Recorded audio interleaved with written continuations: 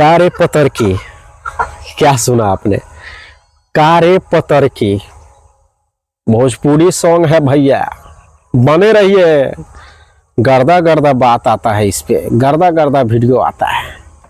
नाम सुना है ना आपने, कारे पतर की।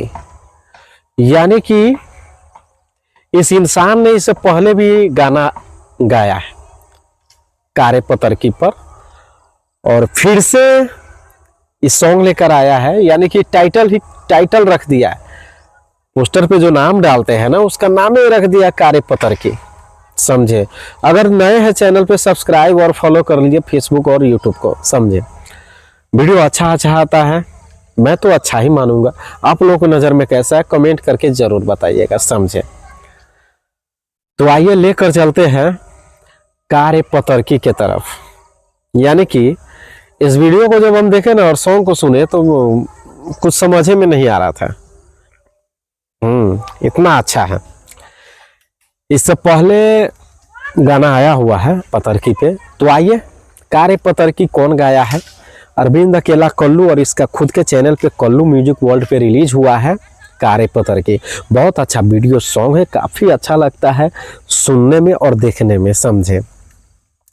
इससे पहले एक सॉन्ग आया हुआ है नाच रे पतर की नागिन जैसन, समझे।